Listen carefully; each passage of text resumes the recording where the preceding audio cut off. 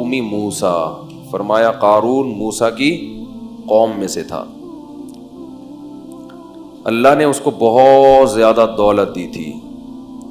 وَآتَيْنَاهُ مِنَ الْكُنُوزِ مَا إِنَّ مَفَاتِحَهُ لَتَنُوءُ بِالْعُصْبَةِ أُولِي الْقُوَّةِ.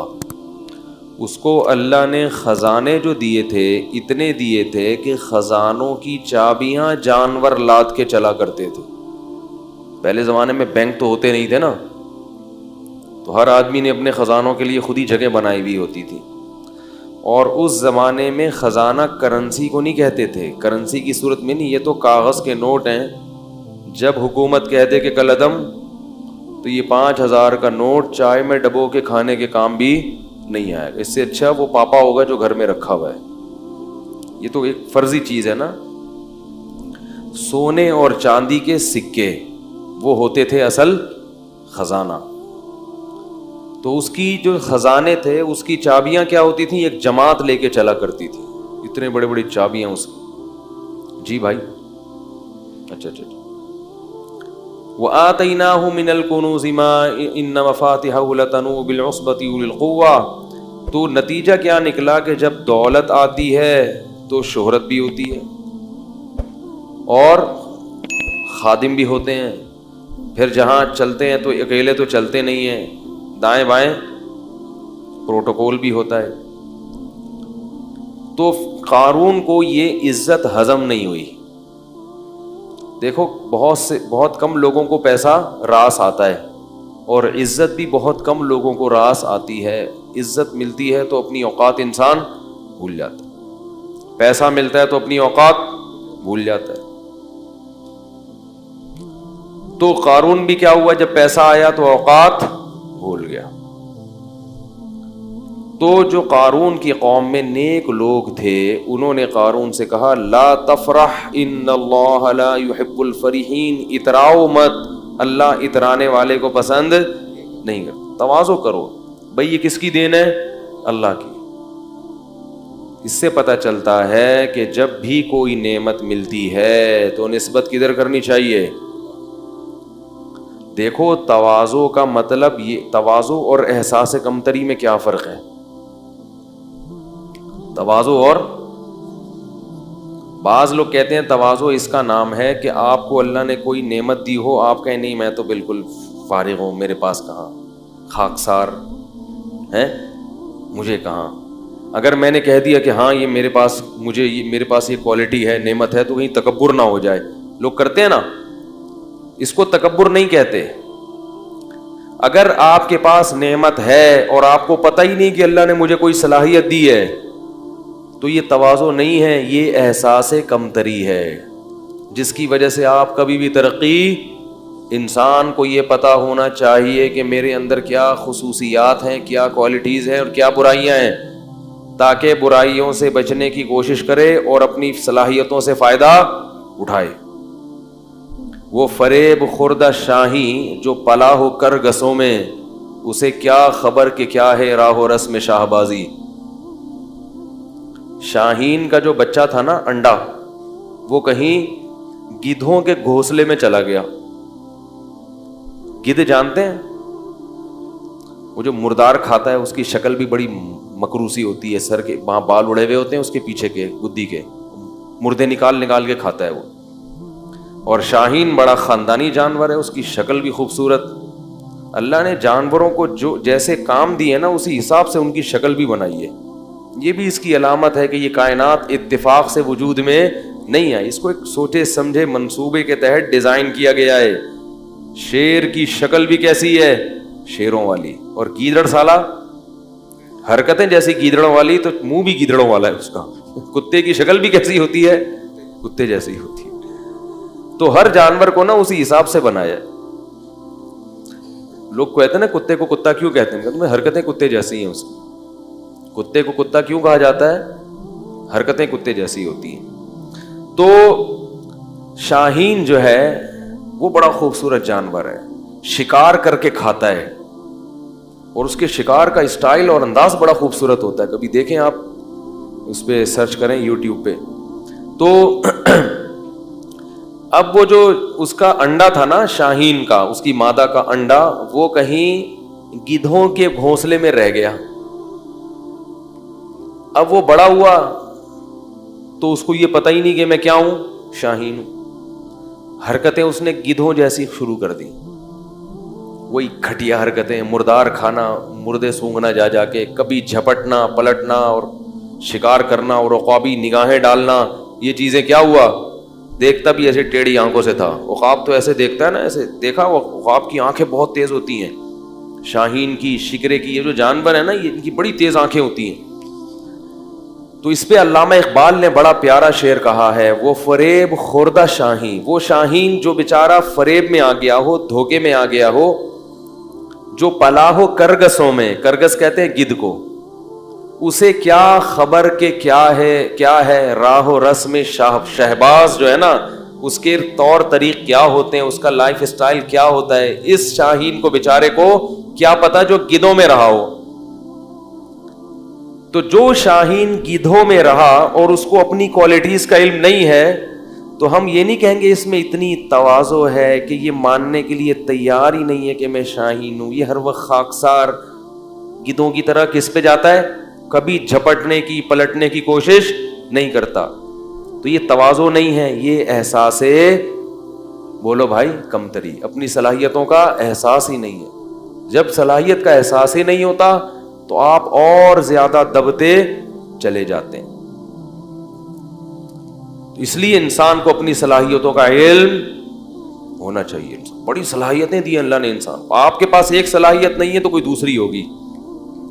تبھی تو میں والدین سے کہتا ہوں اپنے بچوں کو گن پوائنٹ پہ ایک ہی چیز پہ مجبور نہ کیا کرو. تو ڈاکٹر ہی بنے گا، تیرا باپ ڈاکٹر تھا تو کیا بنے گا، ڈاکٹر بنے گا. بھائی اس میں نہیں ہے صلاحیت، اس کو ایسا فورس کر کر کے وہ پنچر والا بن گیا بعد میں جا کے. ٹھیک ہے، وہ کہیں کا بھی نہیں رہا، حالانکہ اس میں کسی اور چیز کی صلاحیت تھی، مگر آپ وہ نہ ادھر کا رہا نہ ادھر کا رہا.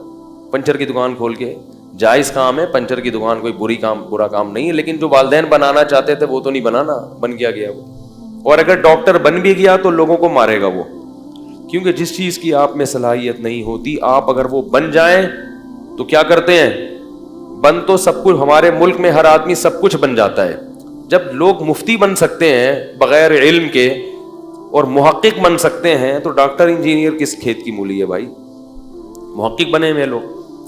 تو اس لیے اپنی صلاحیتوں کا علم نہ ہونا یہ کیا ہے، احساس کمتری.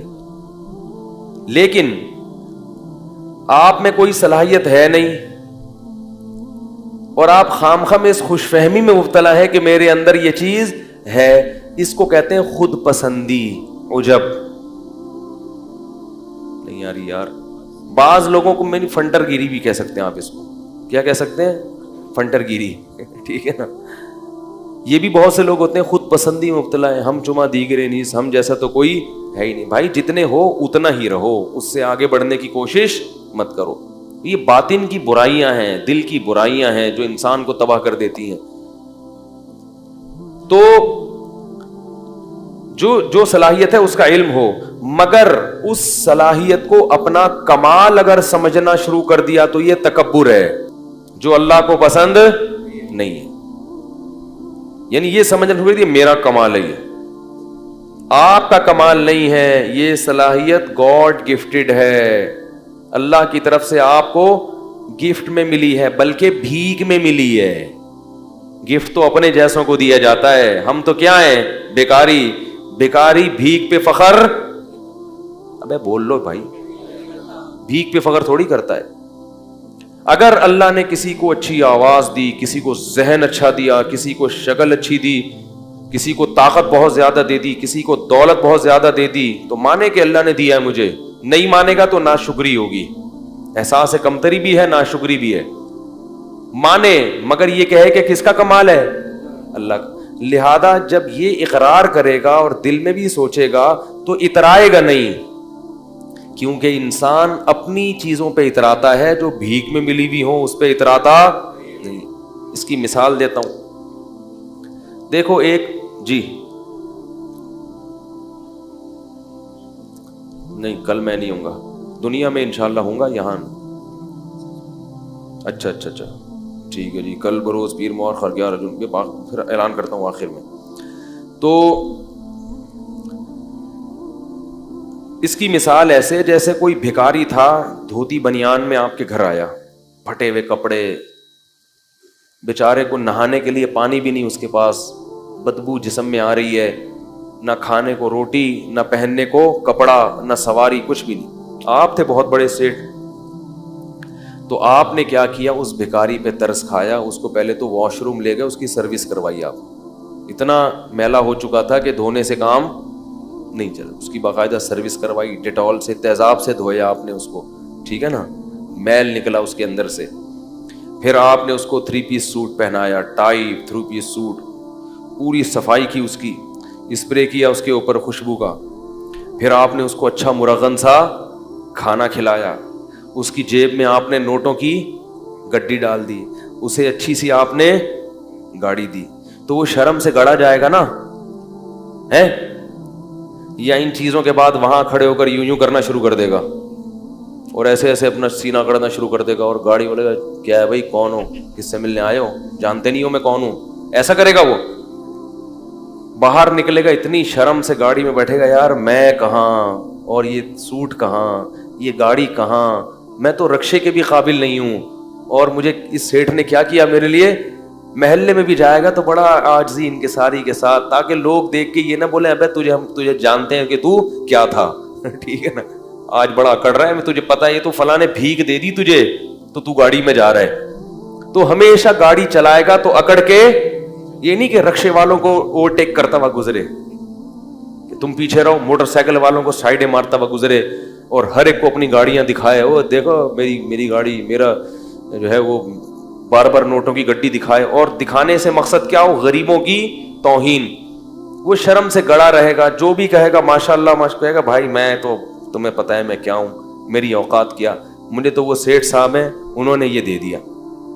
اگر آپ زیادہ اکڑو گے تو آپ کو ڈر کیا ہوگا کہ سیٹھ صاحب یہ چیزیں واپس نہیں، کہ میں نے تجھے دیا ہے اور تو نے محلے کا دادا بن گیا ہے اور ہمیں ہی میاؤں کرنا شروع کر دیا.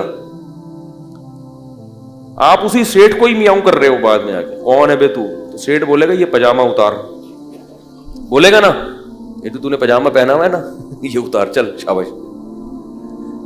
تو اسی طرح بالکل اللہ کا معاملہ ہے.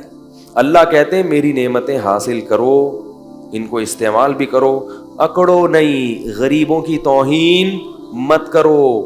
گاڑی والا رکشے والے کو حقیر مت سمجھے، رکشے والا پیدل والے کو حقیر مت سمجھے. لوگوں سے یہ نہ کہو میرا کمال، میرا کمال، بولو کس کی دین، اللہ کی دین. شکر گزار بنو. شکر سے انسان میں اور عاجزی پیدا ہوتی ہے، اور تکبر سے انسان میں اکڑ پیدا ہوتی ہے، فرعونیت پیدا ہوتی ہے. سمجھ رہے کہ نہیں سمجھ رہے؟ تو قارون میں بھی ٹیکنیکل فالٹ ہو گیا تھا کہ اس کے پاس جب پیسہ آیا تو اپنی اوقات کو بھول گیا. اللہ بھی جب یہ تو سب اللہ دے رہا ہے نا، اور ہم بھی اپنی اوقات کو بھول جاتے ہیں. ہماری اوقات کیا ہے؟ ایک بزرگ تھے، ان سے کسی وقت کے متکبر نے کہا کہ تو مجھے جانتا نہیں ہے میں کون ہوں. بزرگ کے سامنے اس نے کیا کہا کہ آپ کس سے بات کر رہے ہو، آپ کو پتہ نہیں ہے میں کون ہوں؟ تو ان بزرگ نے کہا میں تیرا ماضی بھی جانتا ہوں، تیرا حال بھی جانتا ہوں، اور تیرا فیوچر بھی، مستقبل بھی جانتا ہوں. وہ بڑا حیران ہوا کہ اس کو تو میرے بارے میں ساری معلومات ہیں، پھر یہ ایسے مجھ سے ایسے کیوں بات کر رہے ہیں؟ انہوں نے کہا بتا میرا ماضی کیا ہے. اس کا خیال تھا یہ بتائیں گے تو بہت بڑے وڈیرے کا بیٹا ہے، سردار کا بیٹا ہے، یہ تیرا ماضی ہے.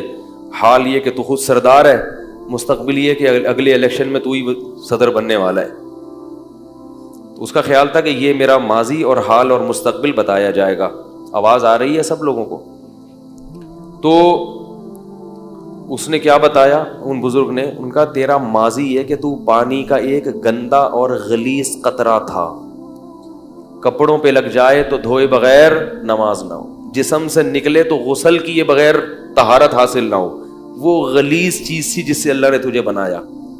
اور حال یہ ہے کہ تیرے پیٹ میں ابھی بھی کئی کلو گندگی بھری بھی ہے. ذرا سی ہوا خارج ہو، گندگی نہ نکلے، صرف وہاں ہوا جو پاس ہو کے آئے گی نا، وہی اگر نکل آئے تو لوگ اپنی ناک کو پکڑ کے بھاگ جائیں گے یہاں سے.